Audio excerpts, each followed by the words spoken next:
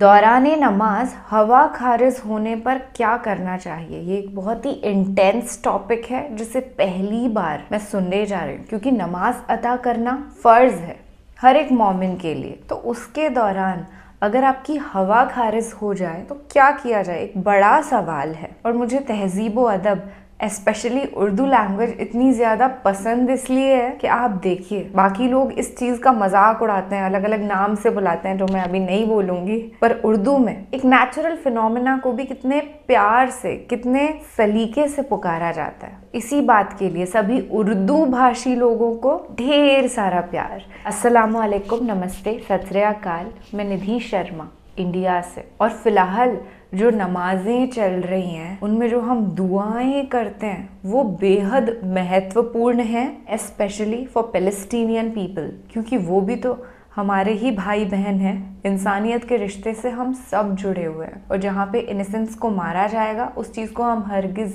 Support नहीं कर सकते हैं। तो हस्बुनल्लाह व निअमल वकील। और इल्म की बात सुनने के लिए आप रेडी हो जाइए। वैसे मैं एक सनातन परिवार से बिलोंग करती हूँ, तो मैं आपको बता दूं कि पूजा अर्चना के दौरान भी हवा खारिज हो जाती है या छींक आ जाती है, खांसी के साथ साथ किसी की हवा खारिज हो जाती है, तो भगवान से माफ़ी मांग ली जाती है और हाथ मुंह धो करके वापस से आप अपने पाठ को करने लग जाते हैं फ्रॉम द स्टार्टिंग। बिस्मिल्लाहिर्रहमानिर्रहीम। अस्सलामुअलैकुम। इल्म की बात देखने वालों को राव कमर रिजवान नई वीडियो में खुश आमदीद कहता है। दोस्तों, अगर नमाज के दौरान हवा खारिज हो जाए तो क्या करना चाहिए। नमाज को फौरी तौर पर मुनक़ता करके नमाज पढ़ने वाला जमात से अलग हो जाए या फिर नमाज को जारी रखा जाए। नमाज के दौरान हवा खारिज होने से आपको क्या मिलता है और आपके लिए इसके बदले में क्या है। आज की वीडियो में आपको इन हैरान कर देने वाले हकायक के मुतालिक बताया जाएगा और कुछ ऐसी चीजें भी बताई जाएंगी कि जिनके मुतालिक इल्म वाले लोग या आपके जानने वाले लोग आपको आगाह नहीं करते हैं। आज की ये वीडियो इंतहाई अहम और ज़रूरी है, लिहाजा इस वीडियो को आखिर तक लाजमी देखिएगा। और अगर आपने अभी तक हमारा चैनल इल्म की बात सब्सक्राइब नहीं किया है तो अभी सब्सक्राइब कर लें, साथ में लगे बेल नोटिफिकेशन को भी ऑन कर लीजिएगा ताकि लेटेस्ट अपलोड होने वाली हमारी वीडियोस आप तक बर वक्त पहुंचती रहें। दोस्तों, कमेंट सेक्शन में हमें बताइएगा कि अगर नमाज के दौरान वजू टूट जाए तो आप क्या अमल करते हैं। तो चलिए दोस्तों, अपनी आज की वीडियो का आगाज करते हैं। दोस्तों, नमाज दरअसल इंसान की अल्लाह ताला से मुलाकात का जरिया है, उस रब से जो इंसान को पैदा करने वाला है, उसको पालने वाला है और रिज़्क़ अता करने वाला है। नमाज का हुक्म अल्लाह ताला ने कुरान पाक में दिया और कहा कि नमाज को कायम करो। यानी नमाज कायम करना इस तरह लिया जाता है कि कायम की हुई चीज़ कभी ख़त्म नहीं होती। यानी जब रोज़ाना 5 मरतबा मौज़न आपको मस्जिद की जाने पुकारे तो अल्लाह की बारगाह में जाकर पेश हो जाएं और इस बात को अपने जहन में रखा जाए कि दरअसल आप अल्लाह के घर जा रहे हैं। अल्लाह को आपके क़याम, रकू और सजूद की ज़रूरत नहीं, बल्कि आपके दिल के अंदर जो तकवा मौजूद है कि आप इस दो जहां के रब के सामने पेश हो रहे हैं। अल्लाह ताला इंसान की वो आजिज़ी और उस तकवे को देखता है। दोस्तों, जब किसी इंसान के दिल के अंदर ये ख्याल बैठ गया और ईमान की हद तक बैठ गया कि वो अल्लाह की बारगाह में पेश हो रहा है, तो अल्लाह की बारगाह में पेश होने के कुछ आदाब हैं, उन्हें जान लेना इंतहाई लाजमी और ज़रूरी है, वरना यही इबादत आपके लिए पकड़ का बाइस भी बन सकती है। अगर इन आदाब में कोताही की जाए तो ये मामला बख्शिश की बजाय आपके लिए गुनाह का बाइस भी बन सकता है। चुनाचे इन तमाम आदाब को जान लेना इंतहाई ज़रूरी है। दोस्तों, नमाज के लिए जिस जगह का इंतखाब किया जाए वो पाक और साफ होनी चाहिए। आप जहां खड़े होकर नमाज अदा करें वहां रोशनी मुतवातर हो और आपका रुख किबला शरीफ यानी खाना काबा की जानिब हो। इंसान के जिस्म पर किसी किस्म की कोई गलाजत या गंदगी ना हो, कपड़े पाक साफ हों, जिस्म पाक हो और हर नमाज से पहले वजू कर लेना लाजमी है। वजू के चंद फराइज हैं जिनको पूरा करना लाजमी है, वरना इनके बगैर वजू नहीं होगा। और अगर किसी शख्स का वजू ना हो और वो नमाज पढ़ने के लिए मुसल्ले पर खड़ा हो जाए तो नतीजतन नमाज भी नहीं होगी। चुनाचे दोस्तों, जब वजू कर लिया जाए और कोई शख्स नमाज अदा करने के लिए मुसल्ले पर खड़ा हो और नमाज अदा कर रहा हो तो अपने इस वजू का ख्याल रखे, क्योंकि अगर वजू टूट गया तो इसके नतीजे में भी नमाज टूट जाएगी और इस सिलसिले में सबसे अहम मसला और सबसे अहम सवाल ये पूछा जाता है कि अगर नमाज के दौरान हवा खारिज हो तो इसके नतीजे में क्या नमाज से अलग हो जाए या फिर नमाज को जारी रखा जाए। दोस्तों, यहाँ पर आपके लिए एक बहुत ही अहम वाकया शेयर करते हैं जिससे इस अमर की अहमियत का आपको बखूबी अंदाजा हो जाएगा। बताया जाता है कि इस रमजान 3 लोग नमाज तरावी अदा कर रहे थे, यूं कि इनमें एक शख्स इमामत करवाने वाला और दीगर 2 मुक्तदी थे। एक छोटे से कमरे के अंदर ये नमाज तरावी अदा कर रहे थे और वहां जब एक शख्स की हवा खारिज हुई तो उसकी बुदबू पूरे कमरे में फैल गई। यानी तीनों अफराद को यह अंदाजा हो चुका कि किसी एक शख्स का वजू टूट गया है, लेकिन शर्मिंदगी के बायस कोई एक शख्स भी नमाज से अलग ना हुआ और यूं ही मुकम्मल नमाज अदा कर ली ताकि उसे शर्मिंदा ना होना पड़े और किसी को अंदाजा ना हो कि उसका वजू टूट चुका है। लिहाजा ये एक इंतहाई शर्मनाक अमल था। होना ये चाहिए था कि फौरन इमाम की जानिब से ये राय दी जाती कि तीनों अफराद दोबारा वजू करते हैं ताकि पर्दा भी रह जाता, जो कि दीन का हुक्म है कि पर्दा डाला जाए और यूं नमाज भी दोबारा अदा की जाती। लेकिन दोस्तों, ऐसा नहीं हुआ। लिहाजा अब ये जान लेना जरूरी है कि अगर ऐसी सूरत हाल आपके साथ पेश आ जाए कि हवा खारिज होने से आपका वजू टूट जाए और आप हालत जमात में हों और अगर आप किसी सफ के दरमियान में मौजूद हैं और सफ भी पहली हो तो आप उस सफ को छोड़कर पीछे हट जाएं, नमाज मुकम्मल करें या दोबारा वजू करके आएं। दोस्तों, इस हवाले से उलमा ये बताते हैं और दीन इस्लाम की तालीमात ये हैं कि अगर वजू टूट जाए तो फौरी तौर पर नमाज से अलग हो जाएं, दोबारा वजू करें और नमाज में शामिल हो जाएं।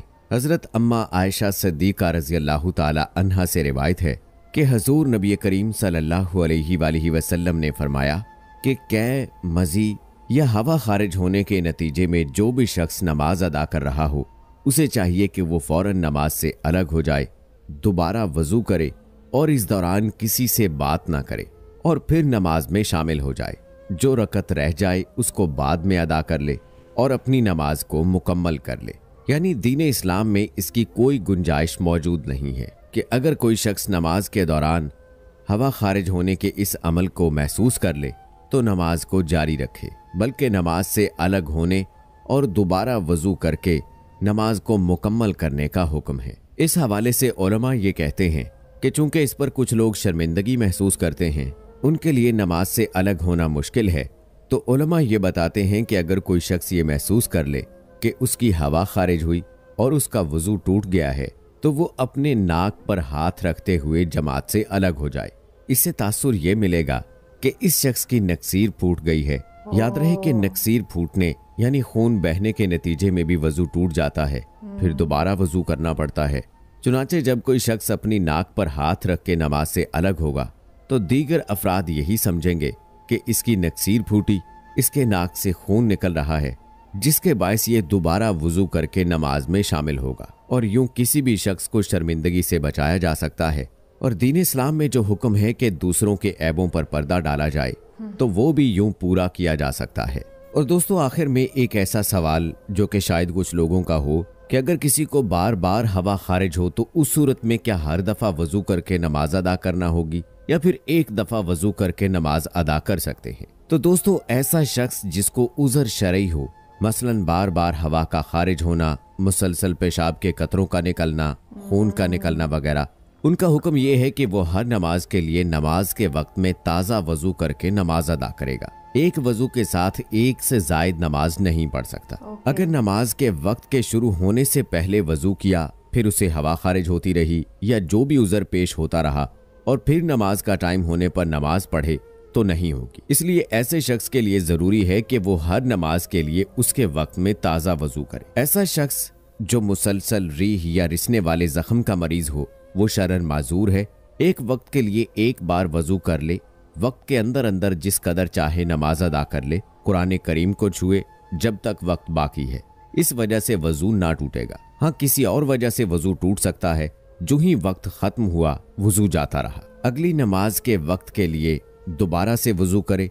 जिस तरह नमाज अदा कर सकता है, तकबीर भी पढ़ सकता है और अजान तो कोई भी बेवजू शख्स भी दे सकता है। लेकिन बेहतर यही है कि आप जितनी देर मस्जिद में ठहरें बावजू रहें। इसीलिए वो अजान देना हो या कोई भी अमल हो, मस्जिद में बावजू रहें। दोस्तों, उम्मीद है कि आपको हमारी आज की वीडियो के जरिए से जो एक बहुत अहम मसले पर बात की गई है वो आपको बहुत अच्छी तरह से समझ आ चुका होगा कि वजू टूटने की सूरत में किस तरह से आप नमाज से अलग होंगे और कैसे वजू करके दोबारा नमाज में शामिल होना है। तो दोस्तों, हमारी आज की वीडियो के हवाले से अपनी राय का इजहार कमेंट बॉक्स में जरूर कीजिएगा।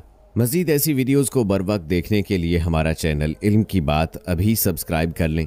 साथ में बेल नोटिफिकेशन को भी ऑन कर लीजिएगा ताकि लेटेस्ट अपलोड होने वाली वीडियोस आप तक बर वक्त पहुंचती रहें। मिलते हैं अगली वीडियो में, तब तक के लिए मुझे इजाजत दें। फी अमानिल्लाह। फी अमानिल्लाह। What a beautiful way of explaining जो इन्होंने स्टोरी बीच में यूज़ करी, उससे इतना अच्छे से क्लैरिफाई हुआ है कि एग्जैक्टली हमें करना क्या है। अब देखिए आप, अल्लाह ताला का बनाया हुआ ये मजहब कितना पाक साफ है। दीन की जितनी तारीफ करी जाए उतनी ही कम है। और अफसोस की बात पता है क्या है कि कई सारे मुस्लिम एरियाज मैंने खुद ने देखे हैं, बड़ी गंदगी से मुस्लिम्स रहते हैं। दुख होता है देख करके कि हज़रत मोहम्मद सल्लल्लाहु ताला अलैहि वसल्लम साहब ने क्या पैगाम दिया था हाइजीन का, साफ सफाई का, और उस चीज़ को फॉलो नहीं किया जा रहा है। So that's a matter of concern and yes, this video have helped us a lot. पूरा जिंदगी फ्यूचर में ये चीज़ इतनी काम आएगी ना, आप इस नॉलेज को ज़रूर से स्प्रेड करिएगा। डायरेक्टली मुंह ज़बानी आप अपने बच्चों को बताइए, हम उम्र आपके साथियों को बताइए, उनको भी अच्छा लगेगा and you will also feel good कि चलो अच्छा है, दीन का काम किया है। फिलहाल मैं आपसे इजाज़त लेती हूँ और एक छोटी सी दरख्वास्त करती हूँ कि मेरे साथ आप दोहराइए, हस्बुनल्लाह व निअमल वकील। ख्याल रखिएगा अपना और अपने सभी घर वालों का। अल्लाह निगहबान। अल्लाह हाफिज।